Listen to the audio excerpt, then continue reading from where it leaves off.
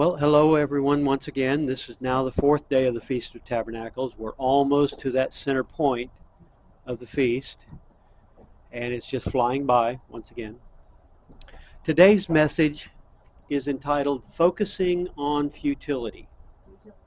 Focusing on Futility. What do you think of when you hear the word vanity? It usually gives you a mental picture of someone in front of a mirror admiring themselves, or someone who is conceited and always glorifying themselves. And yes, both are examples of being vain. However, the wisest man to ever live, Solomon, struggled with it as well. And he wrote a book about his experiences and the conclusions he drew from them. So let's look at that book, Ecclesiastes, which means the preacher, and see what it has to say, and see also if it applies to our modern society and ourselves as well. Now, when Solomon starts out the book, he says, vanity of vanity. This is in verse 2. He says, vanity of vanities, all is vanity. Now, the original word used in the Hebrew doesn't mean vanity as we understand it today. But what does it mean? Well, it actually means absurdity, frustration, nonsense, or futility. Okay? So when you look at this where he says vanity of vanities, how about futility of futilities? All is futility. Okay? But when he says all is futility, it seems that he's very depressed with a fatalistic attitude. That's kind of when you first start reading the book. That's what you get this idea. Okay? In reality, he ties the beginning of the book to the closing statements with his questions, his struggles, and all of his conclusions in the middle of that book. Okay? So this is what we're going to kind of look at today.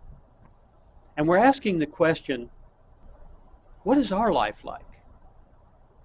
Are we focused in the wrong direction? Are we focused on futility? Okay? Now, Yahweh created us, and he gave us instructions telling us what to do for the purpose of direction and happiness in our life. Okay? If we choose to go our own way and to do things our way, rebelling against our instruction, we find ourselves miserable and lacking focus and fulfillment. Always wondering if happiness and the meaning of life are just around the corner. Always hoping that the next thing will provide fulfillment. We find that any happiness we get is short-lived and it doesn't last. We find ourselves still left wanting. And I think every one of us can be honest with ourselves and say, yeah, I've experienced exactly that. I thought something that would make me happy, but I was kind of let down. Okay? Now, numerous times we're told by Solomon to enjoy the basics of life and not to chase after futile thoughts and ambitions. He ends the book with a simple command: fear God and keep his commandments. That command is all throughout the Bible, even in the New Testament. That command to keep the commandments and to fear God. On a personal level, it comes down to obedience. As we see in the book of Ecclesiastes, we are to enjoy life, but we need a proper balance of the prominent enjoy life theme with that of divine judgment. Okay? For a time, Solomon suffered from the imbalance of trying to enjoy life without any regard for the fear of Yahweh's judgment, not allowing it to hold him on the path of obedience. Now, Yahweh allowed it, and he allowed it for a reason. Because for Solomon to go through this, he was able to chronicle the same thing we struggle with today. In the end, though, Solomon came to grasp the importance of obedience. When we start out in Ecclesiastes 1, and I'm going to go through just verses 12 through 14, He says, I, the preacher, was king over Israel in Jerusalem, and I set my heart to seek and search out by wisdom concerning all that is done under heaven. This burdensome task God has given to the sons of man. Now, yes, he gave it to Solomon as well. But each and every one of us has been given that same thing. As you're going through life, use wisdom to determine what is truly important and what is not. But he says, this burdensome task God has given to the sons of man, by which they may be exercised or afflicted. He says, I've seen all the works that are done under the sun, and indeed, all is futility in grasping for the wind. Okay? So let's go through a few of the things that he went through. Now remember, he was given the opportunity. He had the power. He was the king. Okay? He had all this wealth, more than any other king in history, at least up until that point.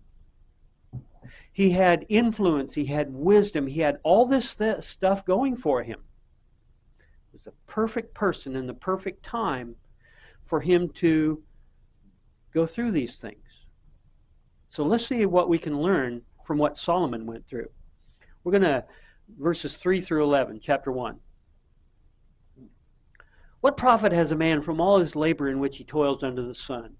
One generation passes away and another generation comes, but the earth abides forever. The sun also rises and the sun goes down, and hastens to go back to the place where it arose. The wind goes towards the south and turns around to the north. The wind whirls about continually and comes again on its circuit. All the rivers run into the sea, yet the sea is not full. To the place from which the rivers come, there they return again. All things are full of labor. Everything is in movement, and in the term flux actually comes to mind because that's one commonly used, but everything is in movement. Okay? All things are full of labor. Man cannot even express it. With everything that's going on, an old proverb said, if a tree falls in the forest and nobody hears it, does it make a sound? Of course it makes a sound. Just because somebody's not there to hear it doesn't mean it doesn't happen. The idea that we have to be present for some things to happen is almost ridiculous. But it says man cannot even express it. We don't even understand all of what's going on in this world. Look at all the birds out there that are having all these generations of babies. And we're not even aware of it. That's just one example. But Yahweh is. He understands everything that's going on in this world. Every minute moment, every minute movement, every thought, every action. He knows. He knows what's going on.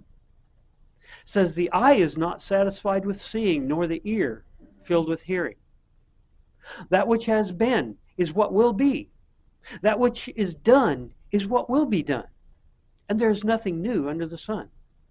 Is there anything of which it may be said, see, this is new? It's already been in ancient times before us.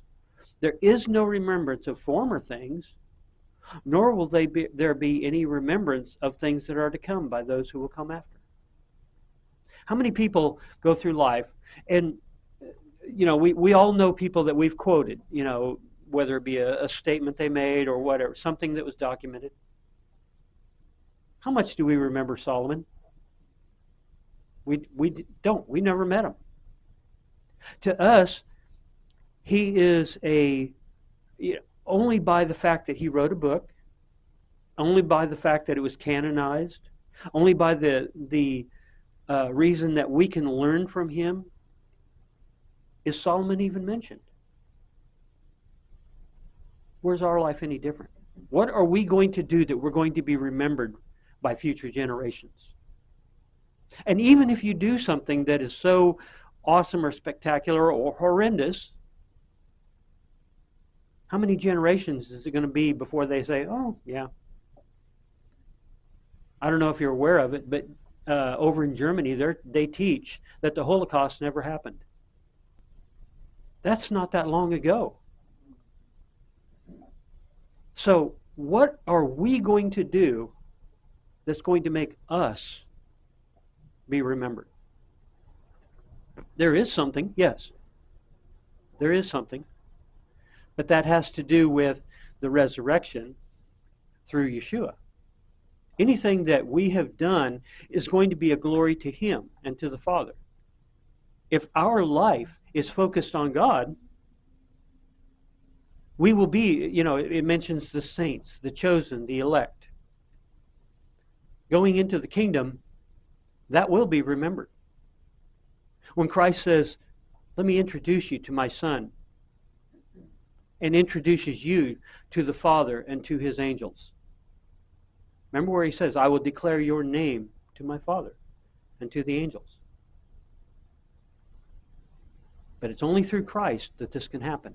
Nothing of our physical ability is going to make a difference. Nothing of our works is going to make a difference. Okay?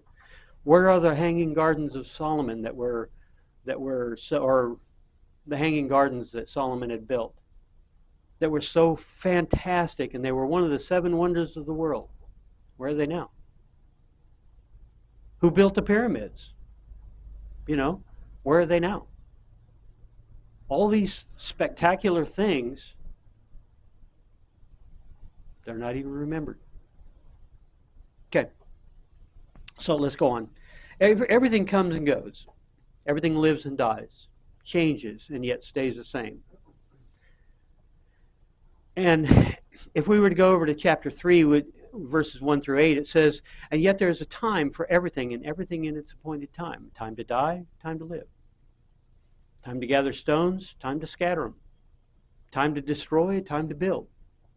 Time to love, time to hate. Everything. We're quite familiar with that set of verses. But everything comes and everything goes. There's a constant flow. Okay? Let's go to another thing that Solomon learned. In verses 14 and 15 it says, and we've already read this, says, I have seen all the works that are done under the sun, and indeed, all is futility and grasping for the wind. What is crooked cannot be made straight, and what is lacking cannot be numbered. Okay? All of man's works are futile and grasping for the wind. What Yahweh has made crooked, man cannot straighten. And what is man's best effort at perfection? No matter what we can make, the best job we can do is severely lacking. It's still not perfect. And yet you look at God's creation and it's perfect. He created the body, whether it be an animal or human. There are doctors that try to fix it when it's broke, but they definitely can't restore it to its original state, I guess you could say. Scripture, I'm just going to throw this in here. Scripture numerous times talks about Christ healing people. Now, some things it was specific, whether it be blindness or lameness or whatever. But I sometimes wonder, and this is just myself, I wonder, because Christ was the one that spoke everything into existence as the Word. The original blueprint for the human body was what He spoke into existence, and it existed. When Christ healed somebody, were they completely healed? If they had arthritis, did they no longer have arthritis? Was that body healed to be brought back to the original blueprint? This is just one of those things that I wonder about. Okay? What is true healing? True healing, yes, you could heal one little aspect, or you can heal the whole person. But even Christ knew the healing that we need the most is not the physical healing. It's the spiritual healing, the emotional healing, the mental healing. And even in our day today, there are a lot of people with a lot of physical disabilities. But what they truly need is to be healed spiritually. Some have gone through some trauma, and they have mental issues because of it, blockages and trauma. But we need that spiritual healing. If you go to verse 16 through 18, and I've got a few of these verses, but I'm not going to go through every one. Some of them I'll just highlight and kind of give a synopsis of. But 16 through 18, I commune with my heart, saying, look, I have attained greatness and have gained more wisdom than all who were before me in Jerusalem. My heart has understanding, great wisdom and knowledge. And I set my heart to know wisdom and to know madness and folly. I perceived that this also was grasping for the wind. Just the idea of searching after wisdom. He was already the wisest man on the earth, and yet he wanted to understand what wisdom was all about and technically get more. He wanted to understand what foolishness was about, what madness was about. Okay? But he realized that it's worthless. He says, for in much wisdom is much grief, and he who increases knowledge increases sorrow. Okay? So many times I read through these and I keep thinking, boy, he was really depressed. He was really going through a tough time in his life, and he probably was. Chapter 2, verses 1 through 11. He started going through pleasure and things that gratify the flesh. Pleasure as a goal. He tried inebriation. He tried beauty, food, music, wealth. But everything was all for the moment, and nothing was lasting. This was what he finally came to. Verse 10 and 11, I'll just go through those. Whatever my eyes desired, I did not keep from them. I did not withhold my heart from any pleasure, for my heart rejoiced in all my labor. And this was my reward from all my labor. Then I looked at all the works that my hands had done, and on the labor in which I had toiled. And indeed, it was futility. There was no profit under the sun. Even after all the things he had done and been through, he realized that that was not important. It did not bring him the happiness and the fulfillment that he was hoping from his life. Okay? In chapter 3, in verses 16 and 17, was another one of the things that he checked out. 3, 16 and 17 says, moreover, I saw under the sun, in the place of judgment, wickedness was there.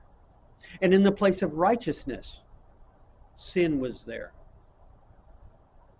Okay? Where, he was also talking about oppression as well. Because in chapter 4, verses 1 through 3, he says, I returned and considered all the oppression that is done under the sun.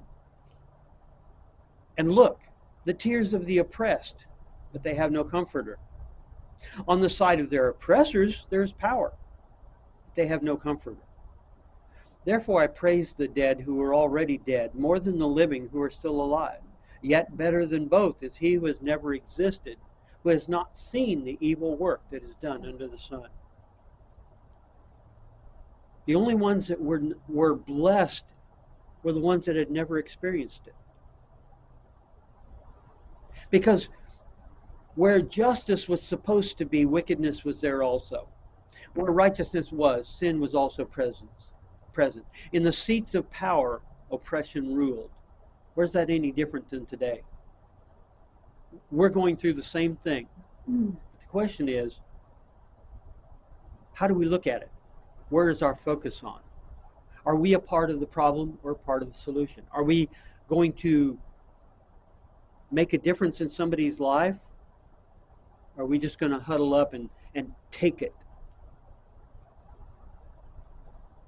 Tough question. Let's go to verse 18 and through 21. This is another one.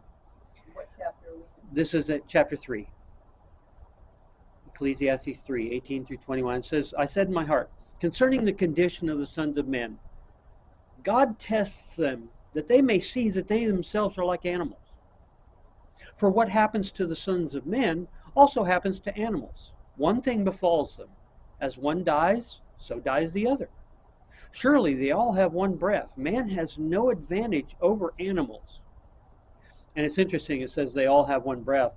When you actually go back into Genesis, it talks about he breathed the breath of life into the creation. Nefesh.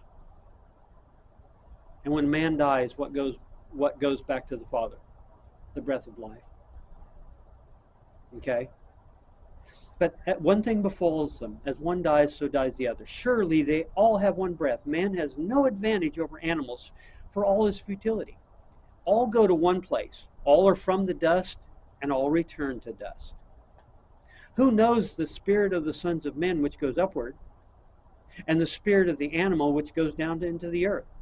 So I perceive that nothing is better than that a man should rejoice in his own works, for that is his heritage. For who can bring him to see what will happen after him? I mentioned yesterday that we are on this earth, and this earth is a training ground. This is not all there is. So many people feel like this is all there is. I have to put up with it. This is all there is. No, it's not. This is only a training ground. Eternity is yet for the future. We're not going to be living on this earth. We're going to have a new heavens and a new earth. We're not going to be in this body. We're going to have a different body, a body that is not going to have the aches and the pains and the decay and everything that we have in this one. Everything's going to be made brand new. But we need to see that. We need to see that this is temporary. Just like all the things Solomon went through. He tried all these things, but they were only temporary, and they were not fulfilling. What's in the future will be eternal, and it will be permanent. It will be lasting. We need to see that in our lives. Okay? Let's go to chapter 4, verses 4 through 6. It says, Again, I saw that for all the toil and every skillful work, a man is envied by his neighbor. This also is vanity and grasping for the wind. The fool folds his hands and consumes his own flesh. Better a handful with quietness than both hands full, together with toil and grasping for the wind. Okay? Let me put this in a little bit different words. The one who is skillful and works is envied. Why? Well, because he has abilities, because he has acquired things in his life. Why is it that a thief never robs a poor person? They don't have anything. Okay? But the one who is skillful and works is envied. But a foolish person who refuses to work or to learn a skill is not satisfied with his life. I've seen that so often. People, this is all I've ever done. This is all I know. What's stopping you from learning something new? Nothing. Even people in a wheelchair can learn. Even people with disabilities can learn. Okay? But even beyond the idea of the person that is a workaholic versus the person who is lazy and won't work at all, is the fact that enjoying a simple, peaceful life is so much better than both. It truly is. If we focus our life on simplifying it, thinking about, okay, what am I really spending a lot of time on that really means nothing? And start focusing your life on what is important, and then make changes. One of the things we're going to cover shortly is the fact that what if you what if you're alone? In fact, that's actually the next one. I'll just go right on into it.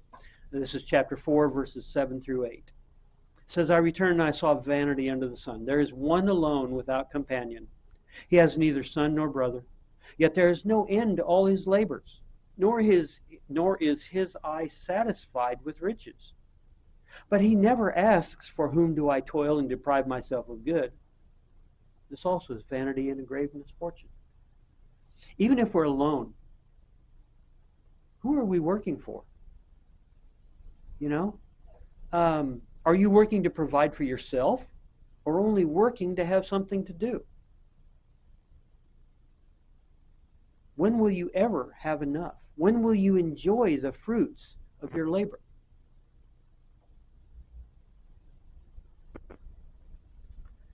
Verses 9 through 12. Two are better than one, because they have a good reward for their labor. For if they fall, one will lift up his companion, but woe to him who is alone when he falls, for he has no one to help him up. Again, if two lie down together, they will keep warm.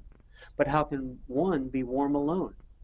Though one may be overpowered by another, two can withstand him, and threefold cord is not quickly broken. Life is so much better when you have companionship and friendship and family. Someone to tie you to everyone else. Look at how many people out there want to be a hermit. They want to, don't get me wrong, there have been times that I have looked at that whole idea and think, it would be nice to live in a cave for a year or two. But ultimately, we need that companionship. We need that fellow human interaction. For us to withdraw ourselves from society is not healthy. It's not good for us, and it deprives everyone else. Jumping over to chapter 5, we're kind of going through Ecclesiastes fairly quickly here. Chapter 5, verses 8 through 17. If you see the oppression of the poor and the violent perversion of justice and righteousness in a province, don't marvel at the matter. For high official watches over high official, and higher officials are over them. Moreover, the profit of the land is for all. Even the king is served from the field. We all have our place in this. We're not all going to be the chief, and we're not all going to be the Indians. There has to be both. Okay? It says, he who loves silver will not be satisfied with silver, nor he who loves abundance with increase. This also is futile. When goods increase, they increase who eat them. So what profit have the owners except to see them with their eyes? Okay? That farmer that's out there working so hard to provide the food for everyone else's table. In our area, there's a sign beside the road, and it's been there for decades. But it says, one farmer feeds 110 people plus you. I thought, that makes a lot of sense. That farmer who loves that land, who loves the smell of the dirt, who loves to get his hands dirty, who loves to see things grow, and is willing to go out there and produce that crop to feed others. How often does that farmer get to actually eat of his produce? Or does it all, in our modern system, and I'm going to say up there in Kansas, because I'm not sure how they do it down here, but when you take your grain to the co-op, they put it in the bin, it's not yours. They expect you to provide a certain amount of food. That's why they have so much insurance up there on your crops, where if something happens to destroy your crop, insurance is going to cover it. But the bottom line is they expect everything that you grow to go to the co-op, to go to other people, to feed them. That's fine. But how about the farmer himself? Oh, he's given this piece of paper that says that he's got money in the bank now. Yeah, he may go out and have a few steak dinners. But he doesn't really get to enjoy. Most of us that actually have gardens, we actually get to experience the fact that we can grow something, and when that zucchini reaches ripeness, we can actually cut it and enjoy it as a meal. The average farmer doesn't get a chance to do that. So anyway, verse 12, it says, the sleep of a laboring man is sweet, whether he eats little or much, but the abundance of the rich will not permit him to sleep. There is a severe evil which I have seen under the sun, riches kept for their owner to his hurt. The guy that says, oh, I'm going to hoard all of my money. Why is it their attitudes, their whole demeanor changes, and these are no longer nice people? Why is that? That love of money. Okay? But those riches perish through misfortune. And when he begets a son, there's nothing in his hand. That child is born naked. He didn't come into this world with a dollar bill. He didn't come in here with a silver spoon, as the expression goes. As he came from his mother's womb, naked shall he return, to go as he came.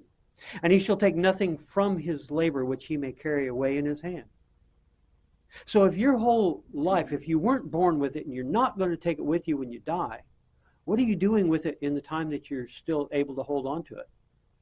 Who is it profiting? If you have that, oh, this is my money, and, if you have that attitude, what is it gaining you? And I know that there's numerous verses that we probably are coming up in our mind thinking, yeah, I remember where the New Testament says things like this. Yeah, it should. It should come up in our mind. This also is a severe evil, just exactly as he came, so shall he go. And what profit has he who has labored for the wind? All his days he also eats in darkness, and he has much sorrow and sickness and anger. If you are not able to enjoy the fruit of your labor, why are you doing it? So if you have, and when you go on from verse 18 through chapter 12 of chapter 6, or verse 12 of chapter 6, and I'm not going to go into this at the moment, but basically, we just covered the desire for wealth and profit.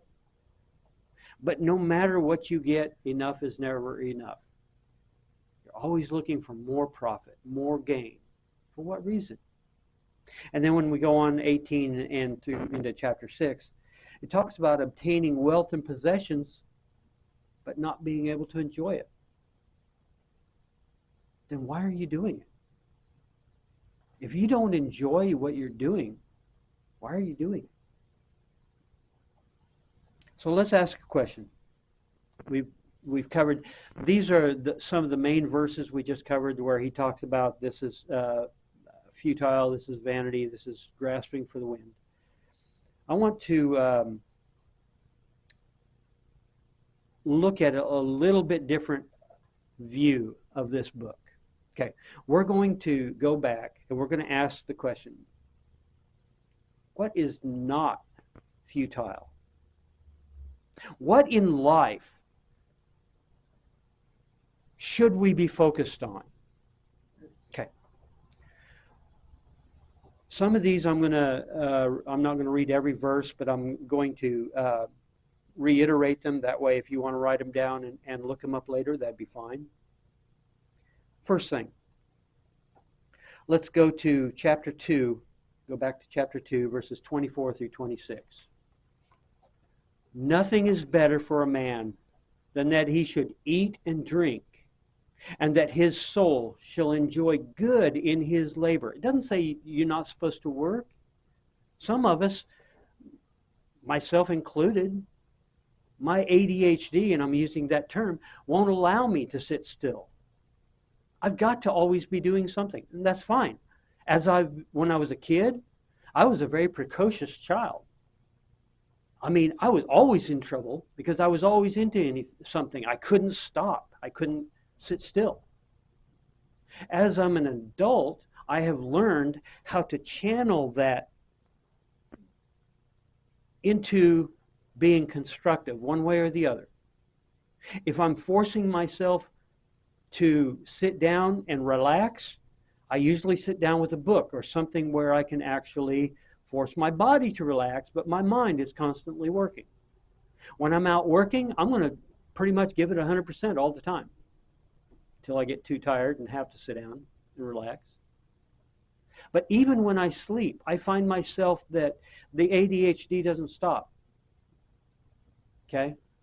I go to sleep and my mind is always working all the time. But as my wife can attest, I very seldom, if ever, have a problem going to sleep. Because usually by the time I lay down, I'm so exhausted, my body says, this is enough. You're out of here. You know? And so I fall asleep. But my mind works all the time, and I can't shut it off. Now, am I complaining about it? No, not at all. Because God has blessed me with something. It's called the peace that surpasses all understanding. A number of years ago, literally, I was struggling with how do I do this? You know, what do I do? I just can't shut everything down. And I prayed and prayed and prayed about it. And one day, I had peace. I still have peace in my life. Even though I can't shut my mind off, I can truly rest my soul. I love it. And that is available for each and every person out there. I know I'm not the only one that struggles with this. I've dealt with a lot of people that do. But there is peace available. So it says, nothing is better for a man that he should eat and drink, and that his soul shall enjoy good in his labor. This also I saw was from the hand of God. For who can eat, or who can have enjoyment more than I? Talking about Solomon. For God gives wisdom and knowledge and joy to a man who is good in his sight. But to the sinner he gives the work of gathering and collecting, that he may give to him who is good before God. This also is vanity and grasping for the wind. This also is futile. That person that God is saying, okay, fine, you know, you refuse to follow me, you refuse to do what I want you to do, that's fine. I'll let you work. But your work is going to go to benefit someone else, not you. That's the way I understand that set of verses. Now, I'll give you some other verses that are on the very same theme. Chapter 3, verses 12 through 13. Chapter 5, 18 through 20. Chapter 3, verses 12 through 13. It's all in Ecclesiastes. Chapter 5, verses 18 through 20. Chapter 8, verse 15. And chapter 9, verses 7 and 8. All of these verses are on the same basic theme, that live a simple life. Enjoy the blessings that God gives you. Enjoy them. Let's go to a second point of what is not futile. Chapter 9, verse 9. Ecclesiastes 9, verse 9. It says, very simply, live joyfully with the wife whom you love all the days of your futile life, which God has given you under the sun, all your days of vanity. For that is your portion in life, and in the labor which you perform under the sun. Marriage was designed to be a blessing. It can be a blessing. It should be a blessing. Enjoy that time with your spouse, whether it be a husband or a wife. Enjoy that time. Enjoy that companionship, that love, that bond you have with a singular person that you've devoted your life to be with them. Enjoy it. Let's go to another one. And this is chapter 3, verses 1 through 15. Now, we see that we've referred to the first 8 verses. You know, there's a time for everything under heaven. We've also talked about 9 through 12 or 9 through 13. But he says something in verse 11 that I want to start with. Even though we could start at verse 1 and go through 15, I want to start at verse 11. Talking about God. Actually, let me back up to verse 10. I have seen the God-given task with which the sons of men are to be occupied. God has made everything beautiful in its time. Why is it in the spring they have spring flowers? Why is it in the summertime we have its own beauty with the trees fully leafed out and the green grass and all the things? Why is it in the fall we have the beautiful fall colors? Why is it in winter we have snow? And every season has its own beauty, everything in its own time. Okay? God has made everything beautiful in its time. Now, it goes on, it says, also, God has put eternity in our hearts, except that no one can find out the work that God does from beginning to end. It says, I know that nothing is better for them than to rejoice and to do good in their lives, and also that every man should eat and drink and enjoy the good of all his labor. It is the gift of God. Whatever God does, it shall be forever. Nothing can be added to it, and nothing taken from it. God does it, that men should fear before him that which has already been, and that which is to be has already been. But God requires an account of what is past. What we do in our life, we will stand in front of him to give an account of. It says we've been given the concept of eternity or lasting accomplishment. Okay, the idea that we do everything and it's only temporary, that is in our mind that, I planted this garden, it's awesome, but it's going to be dead this fall. When the first freeze comes, it's going to be gone, most of it, unless you have spinach or Swiss chard, but because they actually live through it. But we are so used to the idea that everything passes away. What about eternity? What about something that doesn't pass away? We're going to cover a verse later on in the study concerning exactly this. So, even though we know that it won't last, can we rejoice in the moment? Can we be there in the spring and truly appreciate all these awesome new flowers that are coming up and all the buds on the trees and all these things that are beautiful in their own right? When summer comes, can we enjoy? Or are we too busy doing other things? How about the fall? We look out, the leaves are fixing to fall. We're, pretty soon we're going to have winter on our doorstep. That's maybe true. But can you appreciate the beauty that's right in front of you? Appreciate it for the beauty that it is and the Maker who gave it to us. Can we rejoice in even our accomplishments? If we build a house, can we rejoice in the fact that we've built something with our own hands, that we've enjoyed putting it together, and that after it's complete, we can enjoy the use of it? And maybe after we're long gone, whether we move or die, is somebody else going to enjoy that? Or are they not going to appreciate it and just tear it down and build something else? Good question. Now, after we die, it doesn't matter what somebody does with the stuff we leave behind. But the question is, are we able, even if we're working to better our lives, to better our situation, to make ourselves more comfortable, do we have the ability to enjoy that as the blessing that it truly is? Let's go to chapter 7. And again, I'll probably just skip over this because it's a little bit of, it goes full chapter.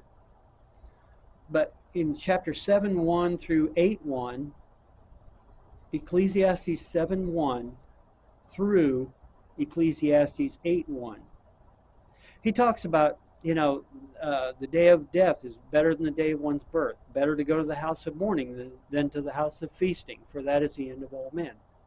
The living will take it to heart.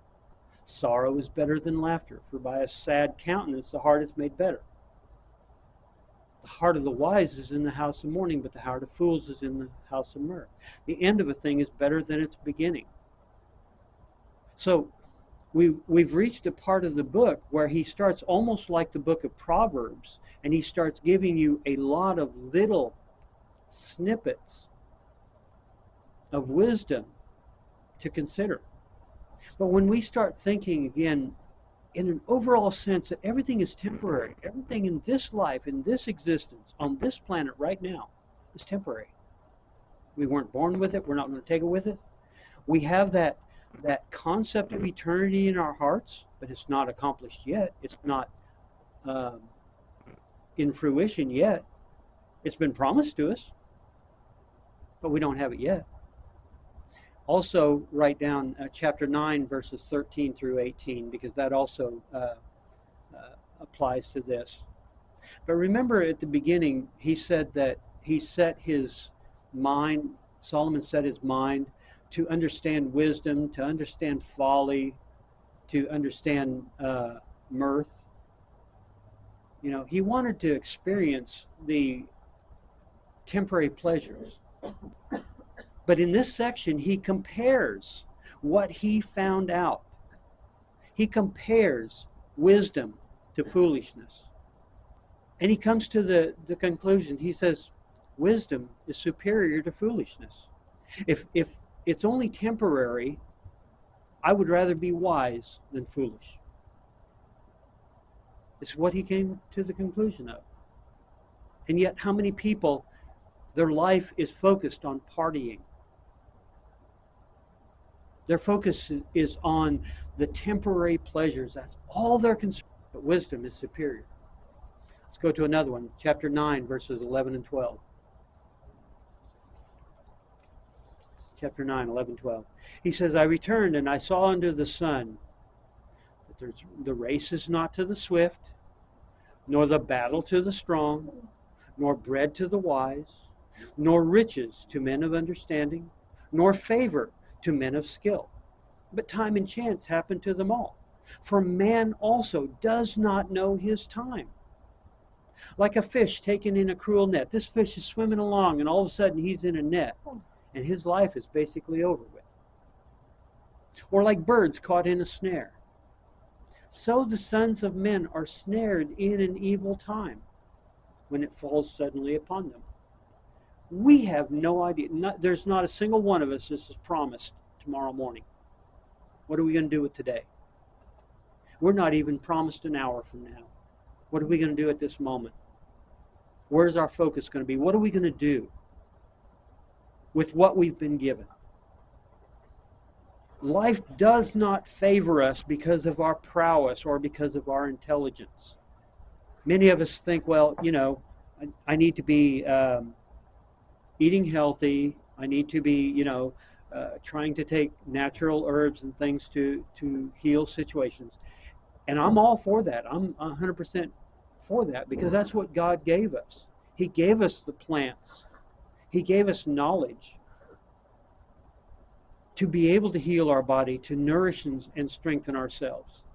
But again, we need to understand that this is all only temporary. I'm not saying that you should just go out and start eating junk food. You know, if life is meaningless, why should I care? Why not just get it over with quick? Well, you could, but it's a horrible way to go. It would be so much. I mean, if you knew you only had one more year to live, would you binge on all the junk food and go out miserably, or would you be willing to still maintain trying to be healthy and at least? Yeah, you may only have 1 year to live. What does it matter? You're going to be as healthy and as happy and as fulfilled as you possibly can at this time. Let's go to chapter 8, verses 8 through 14. I know I'm kind of bouncing a little bit. But he says, no one has power over the Spirit to retain the Spirit, and no one has power in the day of death. There is no release from that war. And wickedness will not deliver those who are given to it. All this I have seen and applied my heart to every work that is done under the sun. There is a time in which one man rules over another to his own hurt. Then I saw the wicked buried, who had come and gone from the place of holiness, and they were forgotten in the city where they had so done. This also is vanity. Because the sentence against an evil work is not executed speedily, therefore the heart of the sons of men is fully set in them to do evil. Okay, if I'm going to do something evil and I don't get punished right away, I got away with it. No, you didn't. That's not the way it works. Though a sinner does evil 100 times and his days are prolonged, yet I surely know that it will be well with those who fear God, who fear before him. But it will not be well with the wicked, nor will he prolong his days, which are as a shadow, because he does not fear before God. There is a vanity which occurs on earth, that there are just men to whom it happens according to the work of the wicked. There are wicked that are able to go against the righteous, to persecute them, to kill them, to do a lot of things, to steal from them. A lot of things happen to them. Again, there are wicked men to whom it happens according to the work of the righteous. There are times that the righteous people prevail. I said that this also is vanity. No matter what's going on, it's all temporary. God is in control. If he chooses to step in and not allow evil to be in your life, it's a blessing. If you have to go to court and all of a sudden Yahweh steps in to where justice is actually done, it's a blessing. Thank him for it. But death happens to everyone. Chapter 5, verses 1 through 6. Now these are the things that are not futile. Chapter 5, 1 through 6. Walk prudently when you go to the house of God, and draw near to hear rather than to give the sacrifice of fools, for they do not know that they do evil.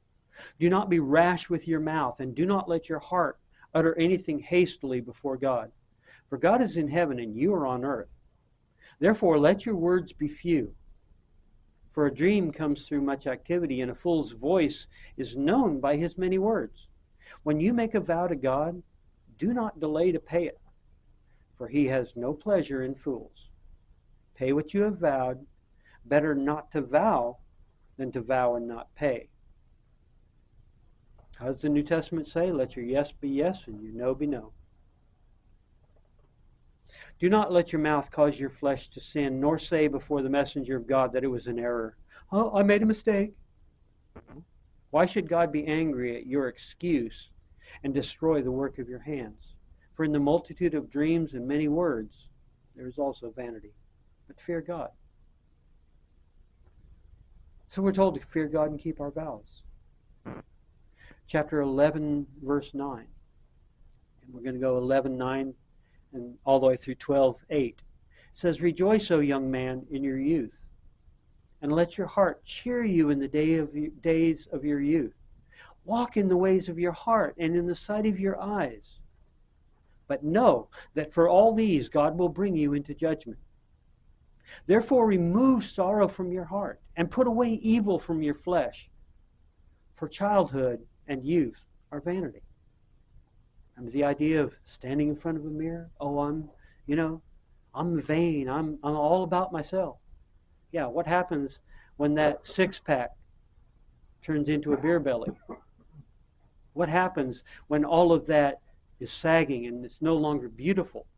The wrinkles show up and you think, nobody's interested in me anymore. Well, if all they were ever interested in was your beauty, you were so sad to begin with, because beauty does not last, But anyway, verse 1 of chapter 12. Remember now your Creator in the days of your youth, before the difficult days come, and the years draw near when you say, I have no pleasure in them.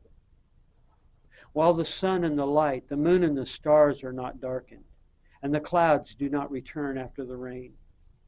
In the day when the keepers of the house tremble and the strong men bow down, when the grinders cease because they are few. And I'd say virtually everybody in this room knows exactly what I'm talking about. This is talking about growing old. When the grinders cease because you've lost most of your teeth. Where you had that strong back and now you're hunched over, barely able to do anything. It says, and those that look through the windows grow dim, when your eyes start fading and your sight gets worse. When the doors are shut in the streets and the sound of grinding is low. When one rises up at the sound of a bird and all the daughters of music are brought low. When that bird in the morning gets you up while you really want to sleep, and yet you still have problems hearing. Okay? And they are afraid of height and of terrors in the way. When the almond tree blossoms, and that's talking about the white hair. When the grasshopper is a burden and desire fails. For man goes to his eternal home and the mourners go about the streets. Remember your Creator before the silver cord is loosed, or the golden bowl is broken before death, or the pitcher shattered at the fountain, or the wheel broken at the well. Then the dust will return to the earth as it was, and the spirit will return to God who gave it. Vanity of vanities, says the preacher, all is vanity. That's the way we started out this study. Vanity of vanities, all is vanity. He ties the end, our death, with the beginning. Okay? So we need to seek God while we're young. And when you finally lay hold on Him, don't ever let go. Let's go to, just real quickly, verses 9 through 14. It says, and moreover, because the preacher was wise, he still taught the people knowledge. Yes, he pondered and sought out and set in order many proverbs. The preacher sought to find acceptable words, and what was written was upright, words of truth.